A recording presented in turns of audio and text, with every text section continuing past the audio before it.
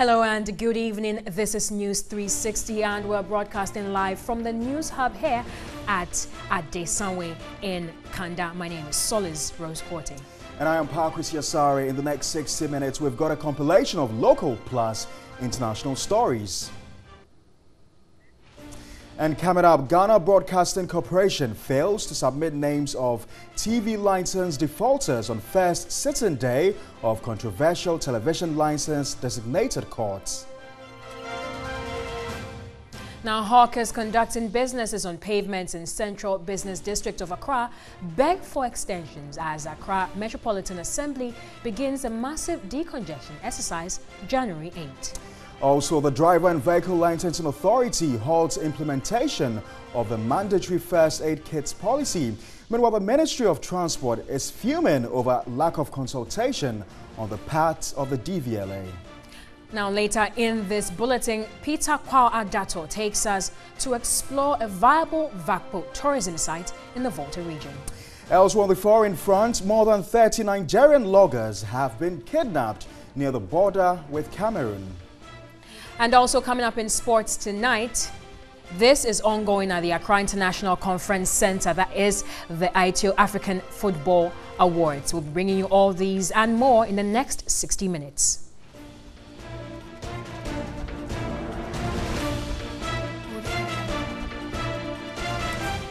Right, many thanks for staying with us. You're still watching News 360. Now the details. The board of the Driver and Vehicle Licensing Authority, DVLA, has halted indefinitely the implementation of the mandatory first aid kits policy. Meanwhile, Ministry of Transport is fuming over the lack of consultation on the part of DVLA. Deputy Minister Titus Glover has been speaking with TV3's Selom Amenya.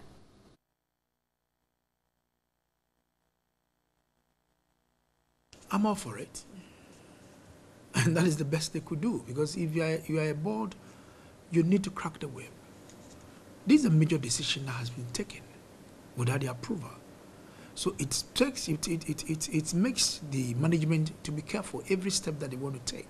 A major decision of this nature in future going forward, you must engage your board for the board to approve it, because we don't want the situation where at the end of the day, when you go and take such decisions, it will come back to haunt you. I will not sit in this ministry, not even my minister, for anybody to make our government unpopular. Because you are dealing with drivers. These are very sensitive professionals. The life of the public is in their hands. So if they have a major concern, we need to take it on board. We should make them part of it. Engage them. Let them understand. Then they will own it. They say, yes, indeed, we are convinced, we are happy. But if you ambush them, if you don't make them part of this project, and because you think that they are ordinary, drivers, so you can just impose this kits, first aid kits and prices, it's not going to work. I believe that if proper engagement, consultations had been done, the ministry, the board, and the general public will have been the best. And sometimes with the pricing of the whole thing, we need to look at it. But if all these things has not been done, and because you think you have the autonomy and you can do it, you have problems all the time. Meanwhile, drivers and vehicle owners in Kumasi are unhappy with the newly introduced mandatory first aid toolkit by the Driver and Vehicle Licensing Authority, the DVLA. Now, charges for acquiring the kits took effect on Tuesday, affecting both commercial and private vehicles. Vehicle owners, however, want this to be optional. Under the policy, vehicle owners registering their cars pay additional 120 cedis to obtain the first aid toolkits, but car owners are not enthused at the move. They are raising concerns over the charges and prefer access to the kits be made optional. If someone comes to DVLA and wants to acquire this, there should be an option for that person to get it from the street or get it from DVLA. You don't have to force it on people to buy it from DVLA. The price should be lower than 120 cedis. Our car owners think we are not being truthful to them. For now, it is not clear if the fee will also be charged on renewal of roadworthy certificates. Payment for the first aid toolkit is part of a vehicle registration fees as several vehicles flood the DVLA office in Kumasi. An attempt to speak to the regional licensing officer, Edmund Chewu, proved futile as he was busy working on the registration process. Now let's move on to some other stories. And former Director General of the Ghana Broadcasting Corporation, William Ampim Darko, has slammed MP for Ningo Pram Pram, Sam George, for what he calls gross irresponsibility. This is after the MP, who is a member of the Communications Committee of Parliament, called for a resistance to the payment of TV license fees to the state broadcaster. Speaking on an Accra-based radio station, the Member of Parliament for Ningo Pram Pram constituency, Sam George, said the Ghana Broadcasting Corporation does not have the right to take such fees from the public. Commenting on the issue on Sunrise Morning Show on 3FM, the former Director General said he would have gone to court over the matter to ensure the MP and musician A+ were jailed for being irresponsible. If I were the Director General of GBC today, people like A+ and Sam George, a Member of Parliament, Sam George especially, who made the law for GBC to collect this money, you go to a radio station to instigate people not to pay. Like today, he will be the first person to go to court. William Ampim Darko is also calling for a total scrapping of the National Media Commission, NMC. The National Media Commission, I don't think it's an organization which is functioning very well. National Media Commission should do their work to cover all radio and TV stations, all broadcasters. But it seems right now the activities concentrate only on GBC. Whilst calling for the settling up of an independent trust for GBC, the former GBC boss said the National Media Commission has poorly conducted its functions. Still a while longer on this controversial TV license bill, a former Director General of the Ghana Broadcasting Corporation, William Ampim Darko, has defended the collection of the television licensing fees from the public. He, however, indicated that for GBC to thrive, it needs financial and managerial independence. The former Director General of the Ghana Broadcasting Corporation, GBC, William Ampim Darko, who stopped the collection of TV license fees in 2008, explained the monies accrued then was inadequate to fund the state broadcaster. The cost of collection was more than the revenue we were getting, so it didn't make any economic sense to continue. And furthermore, there were some fraudulent people in the system who went around with their own printed receipts collecting TV license fees from people. So we decided to announce to the general public that we've abolished the TV license at that time. According to him, he did not push for the repeal of the law then because GBC, led by him, wanted an upward review. We worked with the Parliament proposal upon proposals on revising or reviewing up, but Parliament never approved the increase. So we thought it wasn't necessary. So we allowed the law to stay. We were still persistent. In fact, it's been a long struggle. He was of the view GBC's content issue was partly due to lack of resources. I'm looking at money for GBC to buy what they need to perform well. On the National Media Commission, William Ampim Darko was of the view a lot more needs to be done. They've been given some rules in Chapter 12 of our Constitution, and the interpretation of the rule is to regulate media organizations and to protect you and I from any external aggression, whether from government, from business, or from any other perpetrator. Their existence has not been very useful to the country. The institution is good, but the people who are populating the institution, who are not doing the work that they're supposed to do. He believes GBC can only be effective if financial and managerial independence is given it. With Ghana Broadcasting Corporation, the control of Media Commission on it should be eliminated. There must be an independent trust which will handle the funds accruing from the TV license fee, which GBC will apply and account for how the money was used, so that GBC will be under the independent trust, not under the Media Commission. Now, still on this issue, in spite of public outcry regarding the collection of television license fees by the Ghana Broadcasting Corporation, many trooped to the premises to register and pay their fees. There's more in the following report. It was a calm atmosphere at the GBC car park when the news team arrived. A handful of people had queued, waiting to pay their television license fees. Despite resistance from sections of the public, others insist payment of the fees was a fulfillment of their civic duty. For TV license, it's a responsibility for all Ghanaians, because if you pay your TV license, you help the nation. I paid 2016 and I didn't pay 2017. So I came here, I was asked to pay 2017 and 2018 and I did so. Did you pay any penalty? No. The registration and payment process appeared simple, and patrons spent an average of 10 minutes to conclude transactions. How was the registration process? Oh, it is very easy and convenient. What I learned, the president came out to say that they've set up a court to prosecute people who default in payment. If they don't do that, Ghanaians are very reluctant to pay. So I think that one will put some fear in them for them to pay. First-time payees have the options of manual registration or dialing *488# to register via mobile. All right, you're still watching News 360 live from our news hub here in Accra. My name is Parkwesi Asare. We're going to stay a while longer on this very controversial subject.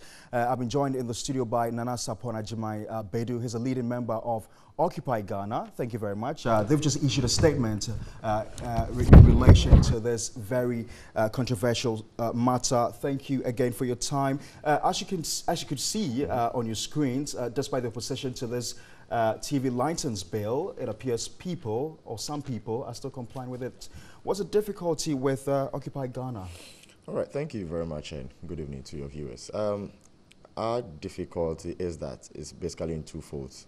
One, the mode of collection and use of the revenue by GBC is unconstitutional.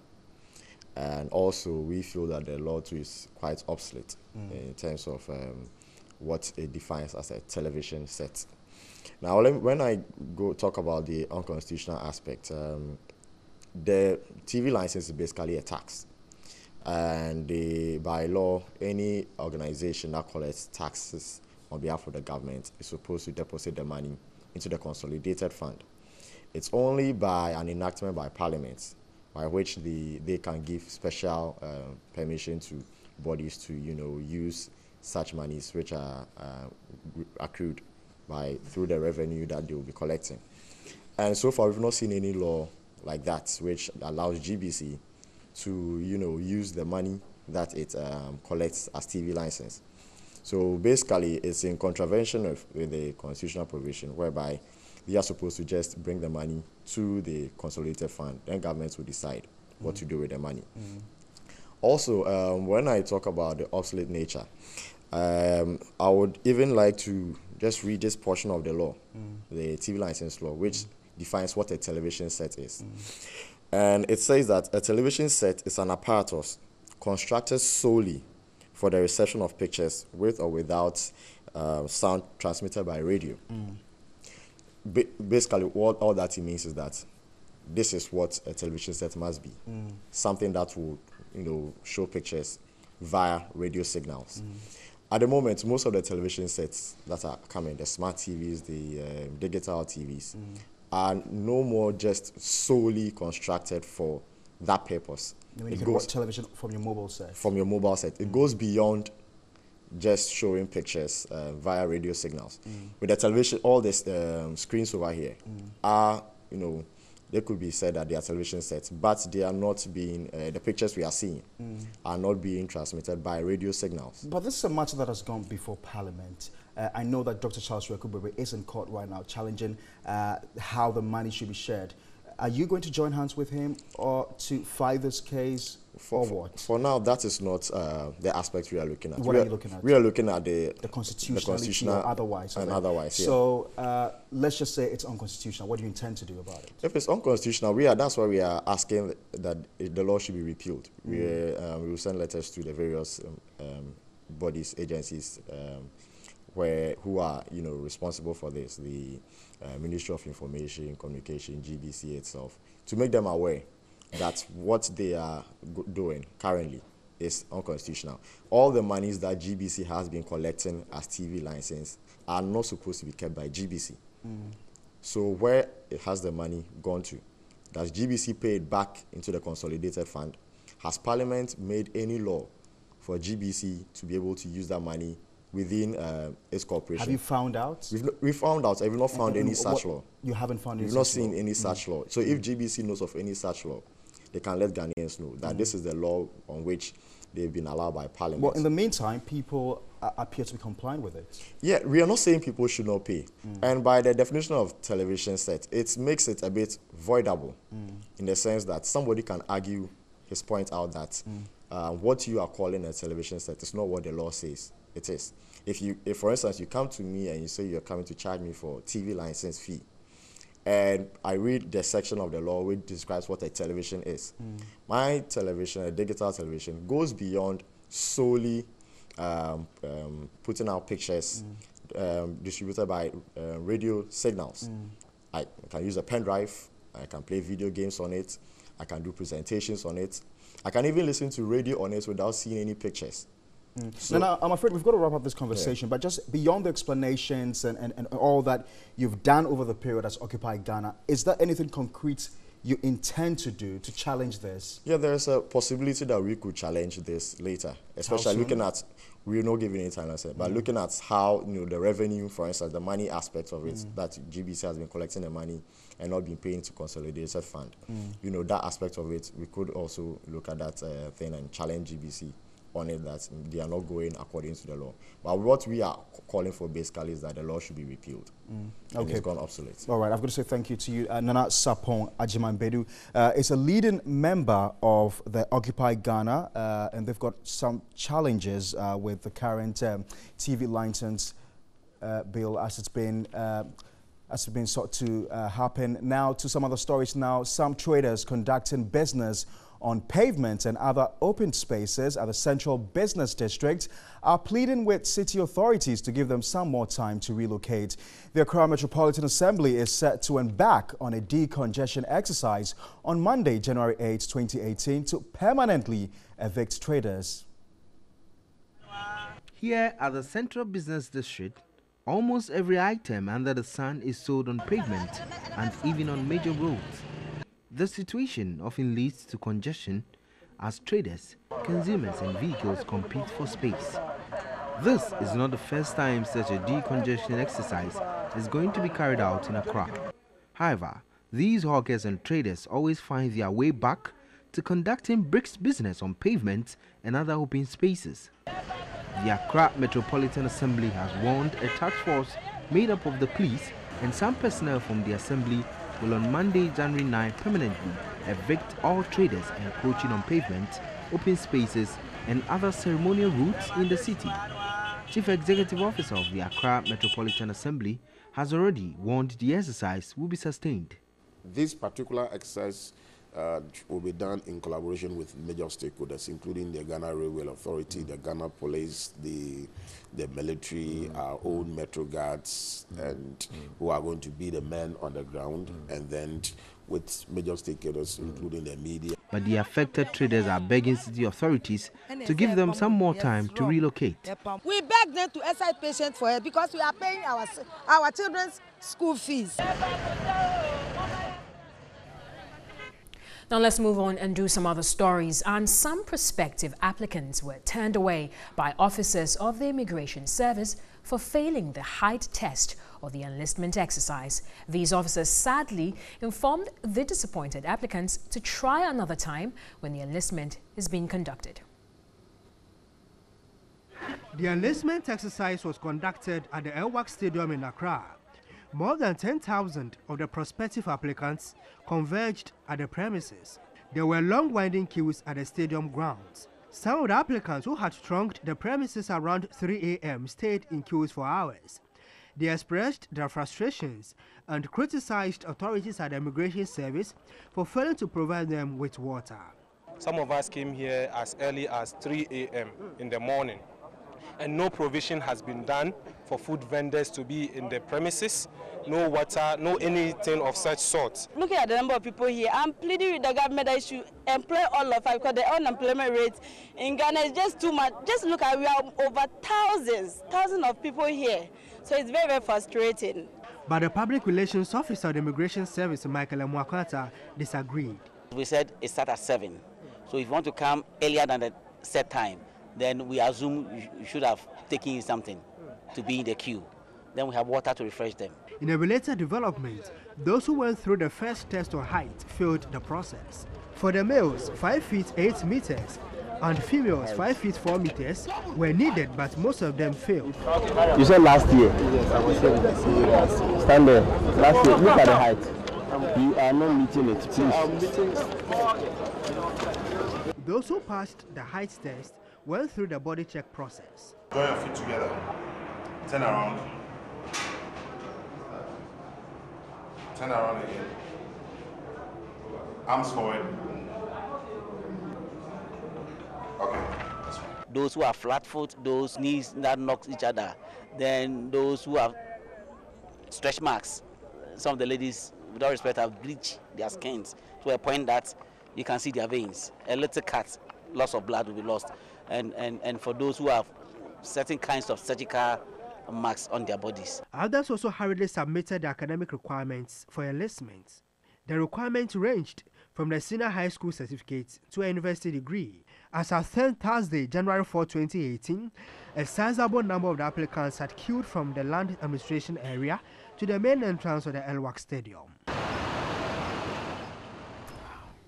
Meanwhile, only 500 out of more than 47,000 prospective applicants will be shortlisted and recruited into the service.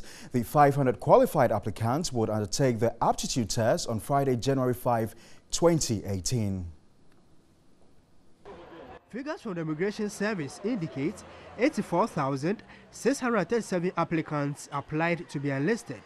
In Ashanti region alone, 7,866 applied to be enlisted, while in Bono Ahafo region, 4,411 also applied. 3,986 applied in the Central region, while 4,972 also applied in the Eastern region for enlistment. In Greater Accra region, 15,704 applied, while 1,895 applicants also applied in the Northern region. The Upper West region saw 1,510 applicants to be enlisted, while the Upper West region 954 applicants were expected to undertake the screening. 3,928 applicants in the Volta region applied, while 2,251 of them also applied in the Western region. In all, a total of 47,477 qualified for the test, out of which 500 of the applicants would be enlisted into the service. After the screening and those who pass the aptitude test, then the next phase is medicals. So those who will be shortlisted from the aptitude test will go for medicals, and after the medicals, definitely some will be screened out. Then we pick the best 500.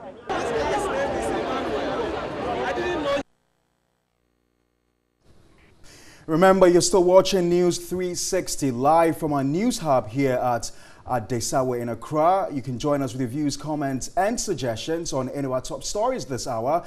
Visit any of our social media pages on Facebook and on Twitter. And as you may be aware, tonight is a big night for African football. Well, we'll be getting live updates as soon as the winner is announced. In the meantime, our man on the ground is Kojo Afre.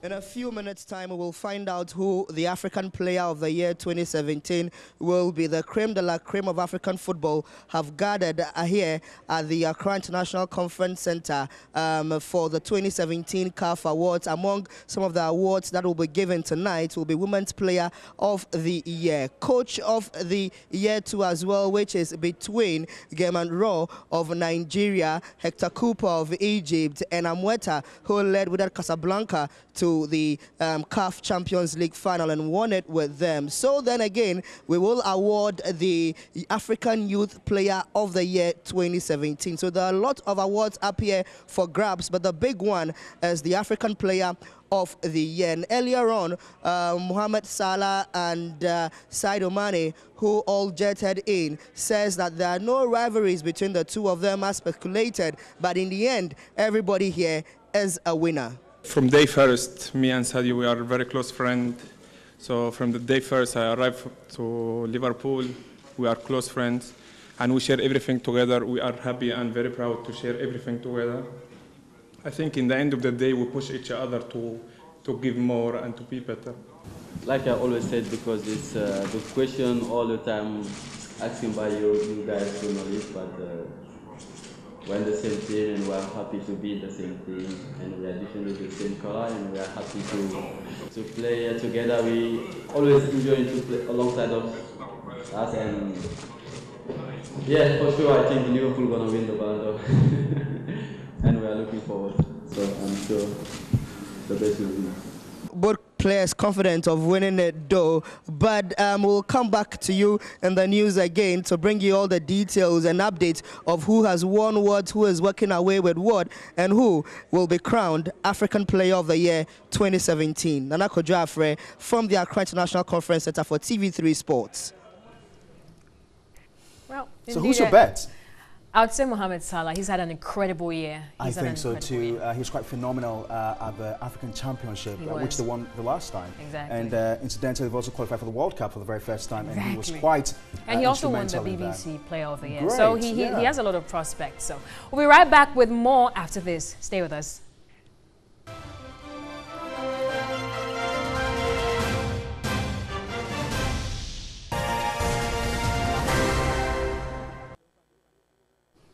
Welcome back to News 360. It's now time for some business. And let's start with some tourism business. And ancestral and historical caves and tourist sites at Vakpo, Anfuega, Trupe and Aveme have been left undeveloped in the Volta region despite the increase in demand for new destinations for tourists for pleasure. Now, Peter Kwao Adato reports slave caves at Vakpo in the Volta region cannot be accessed due to neglect, depriving the people of jobs and revenue.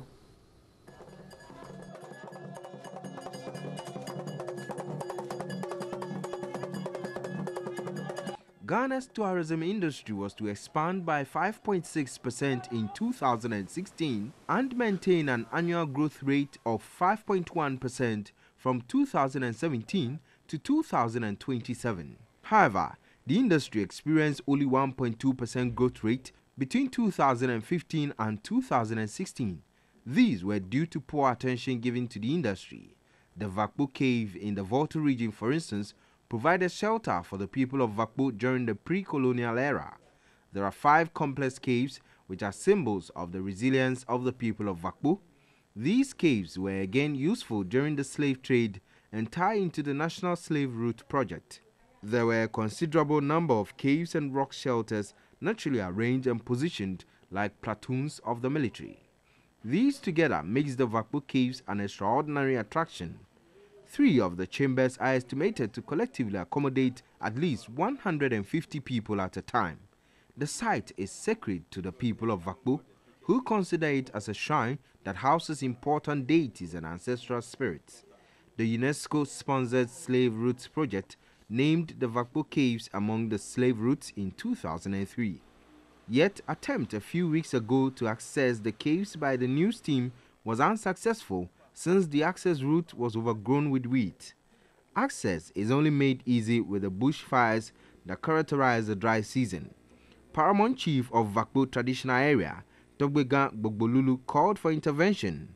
There are tourist attractions at Vakpo and its environs, and the potentials for power gliding from Usuta to Dodi Islands in the Volta Lake. We do not have the capacity to undertake this project. We therefore wish the Minister of Tourism to come to our aid to make this project a reality by inviting both foreign and local investors to undertake this project. Many countries and communities have taken advantage of worldwide tourism growth to become world leaders. Ironically, Ghana is unable to take advantage of the abundant tourist sites and diverse cultures for job creation and revenue generation. Now, away from that, Vivo Energy Ghana has presented final draw prizes of the Feeling New Year Deep promotion to its cherished customers. The winner of the final draw took home one sleek Hyundai Grand i10 taxi. Overall, the Shell Feeling New Year Deep promotion, which began in September last year, has given away over 70,000 prizes, including 6 branded Hyundai Grand i10 taxis, free fuel prizes, 50 free shopping worth 500 cedis, and free airtime. At its 6th and final draw in Accra, over 200 prizes were given to lucky customers. Head of retail at Vivo Energy, Kwame Aka, commended Shell's customers for their loyalty and patronage of its quality fuels and lubricants. When you fill up with Shell, you can relax in the knowledge that Shell fuels, including Shell V-Power, Shell Fuel Super, Shell Diesel, are backed by unique technological expertise and decades of research and development by our best scientists around the world. Edmond Kwabina Abuaji from Kasua emerged as the winner of the taxi in the final draw. When the guy called me, I told him if it is a lie, he should just stop this thing. If this, maybe it's a plank that they are pulling on us, you know, this 419 guys. But he still convinced me that I should come, and I saw a text message, so I believed it, and now I'm here. Here I am, so it's with me. Anan Tete from Akuse is the winner of free fuel for 1 year. Well, I've been trying my luck for the past years, but to no avail. I think this year God has smiled on me, so I'm grateful to Shell Ghana for this wonderful prize. Head of marketing at Vivo Energy, Jerry Boachi Dankwa, said Shell's lubricants are designed to provide improved energy performance and extra responsiveness. And the drivers themselves actually use our fuel, and then after using our fuel, it came out clear that Shell Fuel Safe really lasts longer than regular fuels. And so that is what we have been trumpeting all along, that if you have not used Shell Fuel Safe, we want to encourage you to switch and try Shell Fuel Safe. Vivo Energy Ghana is a member of the Ghana Club 100 and a leading provider of Shell's differentiated fuels. Well, that's all for business news here on News 360. We have more news updates. Over to you, Pakwisi. Thanks very much, Sol. This was Quartier for the very latest in the world of business. In other stories, the situation of the birth and death registry in Accra is not getting any better. People still wait for hours and long queues for their birth certificates. Waiting for long hours to acquire a new birth certificate or replace an old one is not new. It is one of the most relevant documents that confirm one's nationality. The birth certificate is a basic requirement when one applies for a passport, driver's license, voter's ID, and the national identification card, making it a highly sought-after document. What has heightened the pressure here at the birth and death registry is the demand for the document as an admission requirement for enlistment into the immigration service. I'm here because I'll be going for immigration screening. They said the old one is out of system, so we should bring the new one. I'm going for the screening, and I have to go with my birth cert. But I hear that it's not ready, so I've been here since yesterday, but they say still it's not ready. The one who signed it is not around, so I'm still here. Some have traveled from other parts of the country. I've lost my own, so I need a reprint. And I came here on Tuesday, and I've been here tossing me up. I have to go and come back. And when they told me that the system is down, so they are working on this, so I'll get the reprint. But why didn't you apply in Takrady? No. When you apply in Takrady, you will not get it earlier. They will tell you go and come back 1 month time. The registrar, however, assured the technical challenges were being resolved so they can attend to everybody. He, however, advised people to keep such important document well to avoid such situations in future. In other news, President Akufo-Addo has met with leaders of the various political parties to seek their views on some governance-enhancing measures his administration intends to implement. The political parties represented by their chairpersons and general secretaries were drawn from the New Patriotic Party, the NPP, the National Democratic Congress, NDC, and the Progressive People's Party, PPP. Also in attendance were the chairpersons and general secretaries of the Convention People's Party, CPP, People's National Convention, PNC, and the National Democratic Party, NDP. The meeting, which was the first between a sitting president and leaders of the political parties in recent years, lasted well over 3 hours. It was characterized by frank exchanges on varied issues and mutual respect. Issues discussed included the commemoration of the Silver Jubilee of the Fourth Republic on January 7, 2018, the election of the Metropolitan, Municipal and District Chief Executives, MMDCEs, and the creation of new regions, among others. President Akufo-Addo said it is his intention to have such meetings in the future with the leaders of the political parties who described this initiative as a laudable one. News 360 live on TV3. We take a short break. We return with the very latest in sports. Michael Utieje is standing by. Good evening, it's Sports News Time here on News 360, and today there's only one place to go because the ITO 2017 CAF Africa Football Awards is currently taking place at the Accra International Conference Center. Now, currently in that particular hall is Sadio Mane, Pierre-Emerick Aubameyang, as well as Mohamed Salah. Those three players in the running for the 2017 Africa Footballer of the Year. In addition to that as well, there will be a number of awards given out. They include the Coach of the Year, which has the Egypt coach Hector Cooper in the running alongside Nigeria's Gerhard Noor, plus the coach of Wydad Casablanca to be crowned the main man. Ghana's Black Princesses are in the running for the Female National Team of the Year. Wydad Casablanca, off the back of a remarkable Champions League triumph, are also competing in the Club of the Year category. Now, earlier today, both Salah and Mane arrived by special jet chartered by their club side Liverpool from England, ready to receive that particular award. It's already started a few hitches with the red carpet with players coming in. Just to give you a brief idea of what is happening, Didier Drogba and Boris Kujo, part of the presenting crew. Our man observing it for us is Nana Kujo-Afre at the Accra International Conference Center. The best African footballer, and it is between Sadio Mane, Mohamed Salah, and Pierre-Emerick Aubameyang. Ifya just gave a beautiful rendition of the Ghana national anthem, and Sam Johnson has joined me here just to do a quick preview to what to expect tonight and to know who goes home as the African Footballer of the Year 2017. And CAF President Dr. Ahmed Ahmed has just wrapped up his speech, eulogizing Ghana and how well we have done in putting this award together for 2017. So Sam Johnson will join me quickly. Sam, we know the three players. For you, who's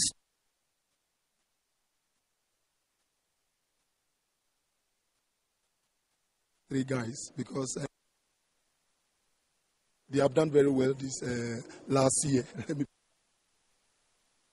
Well, but some of them started very early, like somebody like Mane, he started very early, and also Aubameyang.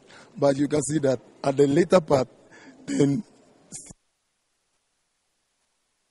wonderful job. By the means, so let's see. Them take it. I think they have to appreciate it because it's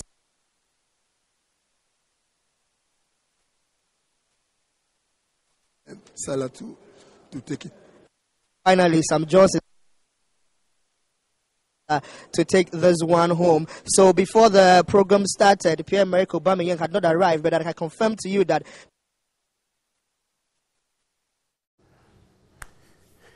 the Sun decided to play a few tricks. We hope that there are no tricks at the conference center.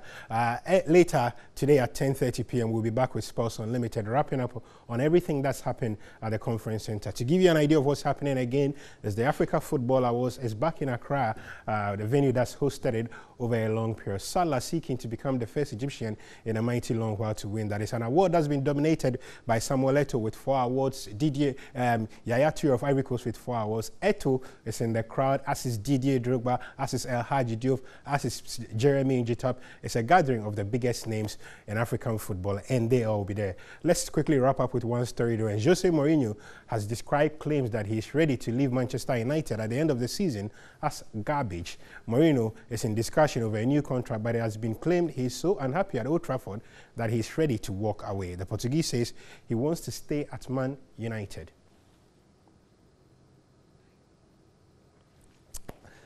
That's all the sports. We'll take a break. Remember, we are back at 10:30 p.m. with Sports Unlimited with all the news, the analysis, and the reaction from a big night for African football.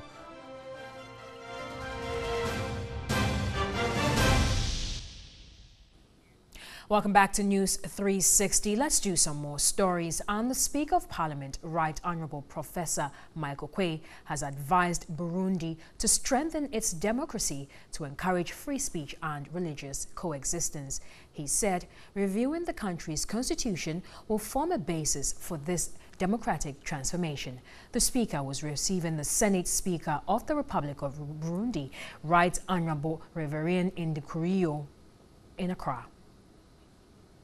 The Senate Speaker of the Republic of Burundi, who is also the President of the Burundi Football Association, paid a courtesy call on the Speaker as part of his visit to Ghana to participate in the CAF Awards ceremony.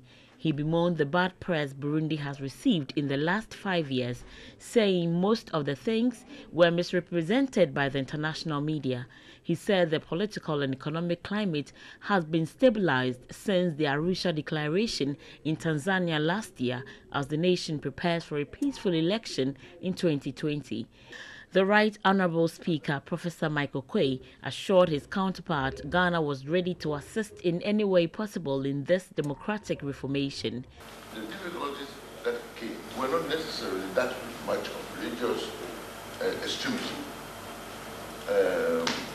This is the kind of thing that I think we on this continent must all strive for. Muslims, Christians living together according to the religion that they prefer, without that becoming a source of confusion. The minority leader, Haruna Idrisu, said there were several things Ghana could learn from Burundi's parliament, like the 30% women representation. He, however, called for freedom of expression as the country tries to rebuild its image. I believe in particular one of the things that they need to look at is an unacceptable crackdown of the media in Burundi. As we speak, a number of FM stations are closed down. An essential ingredient of any democracy is an independent, pluralistic media. So we encourage them to allow for the growth of the media as true servants of democracy in that country.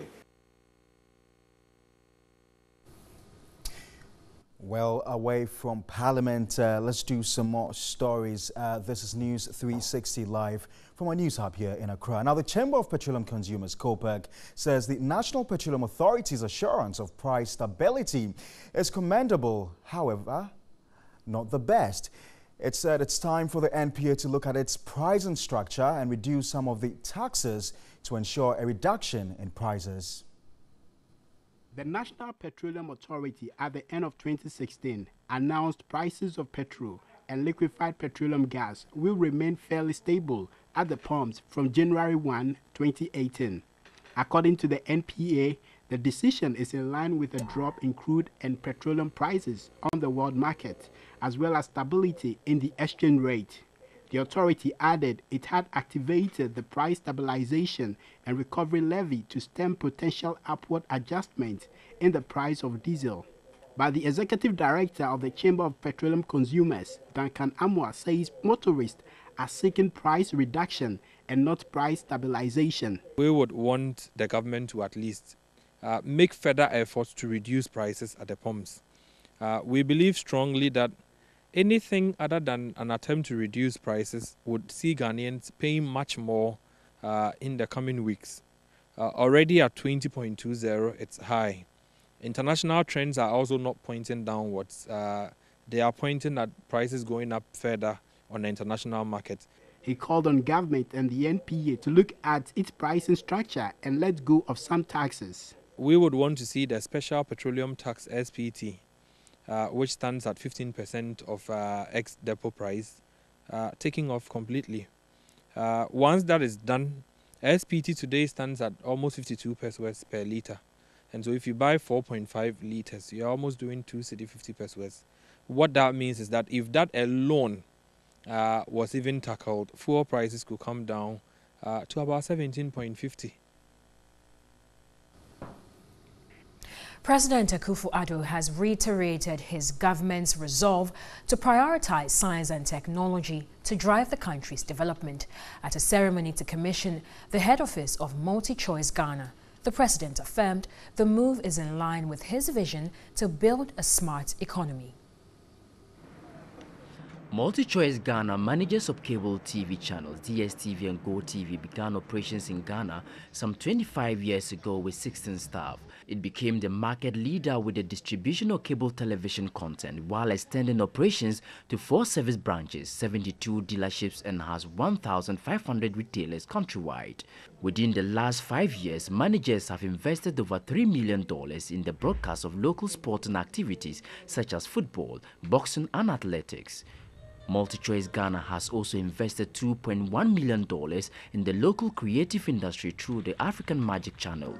DSTV currently has 10 local channels including TV3. MultiChoice alone in the last 3 years contributed over $23 million to the country's gross domestic product. To enhance its operations, MultiChoice has commissioned its head office complex in Accra. The management and staff of MultiChoice and GoTV Limited will continue to support Ghana's efforts to achieve greater heights with our contributions to economic growth, through video entertainment services and production, through tax revenue growth, and through the enhanced job creation in various sectors. Minister for Environment, Science, Technology and Innovation, Professor Frimpong Boateng, who represented President Akufo-Addo, affirmed government's commitment to enhance development through investment in technology. This edifice tells me that MultiChoice Ghana is confident of doing long-term business in Ghana with new technology. This is in line with my vision of positioning Ghana in a situation that will make our dear country stand on its own and not dependent on the generosity of development partners. To do this, we must embrace modern technology. Deputy Minister of Communication George Anda said Ghana cannot afford to miss the digital migration in 2020 after the June 2015 official deadline. Now, the 11 special courts set up to deal with people who refuse to pay their mandatory television license fees failed to sit on Thursday, January 4, 2018, as scheduled. Now, this was because no docket on any defaulter was presented to the courts. Mixed reactions greeted the setting up of the Special TV License Court to deal with people who refuse to pay the mandatory TV license, with some arguing that the state broadcaster does not deserve the money. One of the courts is the Accra Circuit Court, presided over by Harriet Akwelekwe. Though it is scheduled to handle cases of TV license fees every Thursday, it could not begin sitting on January 4. This was attributed to the absence of docket on defaulters. Prosecution will not begin anytime soon, as the Legal and Compliance Department of the Ghana Broadcasting Corporation is yet to identify defaulters or charge any person. The Chief Justice, Sophia Kufu, established the court after a request by the state broadcaster, Ghana Broadcasting Corporation (GBC), in a bid to boost revenue. Meanwhile, pressure group Occupy Ghana has described the law on TV license as obsolete and should therefore be repealed. The group also disagrees with the setting up of a special court to prosecute defaulters. You're still watching News 360. We'll return shortly with more after this.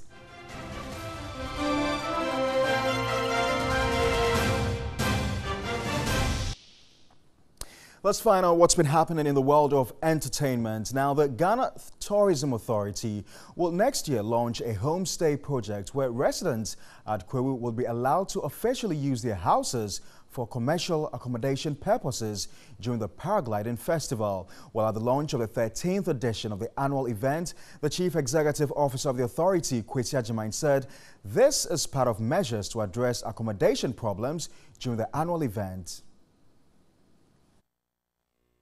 Accommodation for patrons of the annual paragliding festival has always been a challenge. Some patrons book for accommodation at hotels and guest houses as early as November the previous year, ahead of the event, which is usually slated for late March and early April. Property owners take the opportunity to illegally convert their residential apartment into guest houses since there is always market for it. The Ghana Tourism Authority says they are collaborating with the Kwewu Tourist Initiative to make the struggle for accommodation a thing of the past. There's a homestay project that we're working with the Kwewu Tourist Initiative, where people who have homes and houses would also open up to visitors who are coming in.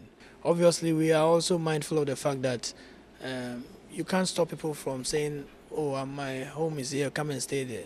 But to the extent that it's going to be used for commercial purposes, we want them to do the proper thing, register, we inspect the place and make sure that it's decent enough. Again, the authority is collaborating with NADMO to provide tent accommodation for revelers. He explained the authority is also collaborating with the Hoteliers Association of Ghana to make their charges moderate for patrons. For this year's edition, the number of pilots have been increased from 6 last year to 10. Working with the pilots that we've been working with in the past, we've started the process of training 12 Ghanaians as the first batch. They've gone through the basics. In the weeks leading to the events, they'll go through further training. But it will not be at a point where they can become tandem pilots. But when you come there around Easter, you will see these guys able to fly on their own.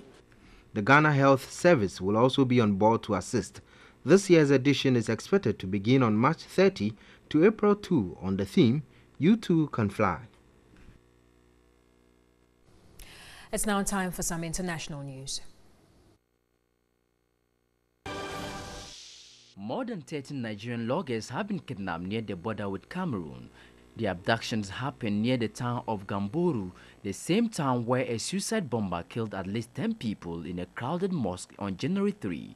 It is not clear who took the villages, but Boko Haram is active in the area on the border with Cameroon. Residents say most of those taken are young men who went to the bush to fetch firewood, which they sell for a living. It comes days after the Nigerian military announced more than 700 people had escaped from Boko Haram following intense military operations against the militants. Officials have said a passenger train has caught fire in South Africa after colliding with a truck, killing at least 14 people and injuring 268. The fire blazing through at least one carriage near a crashed car and an overturned truck. Evacuated passengers were seen standing on the roadside with luggage. The collision occurred near Kronstadt City in Free State Province after the truck failed to stop at a crossing. Well, that's all for News 360. Came to you live from our news hub here in Accra. Just before I conclude, Charles, I've got to say this. I'm going to skip breakfast if Mohamed Salah doesn't win the African Best Player. Call my mom to verify tomorrow morning. I will definitely do that. I'll probably get more than that. So thank you very much for watching. Once again, my name is Solis Rose Corte. Good evening. And I'm Pakwesi Asare.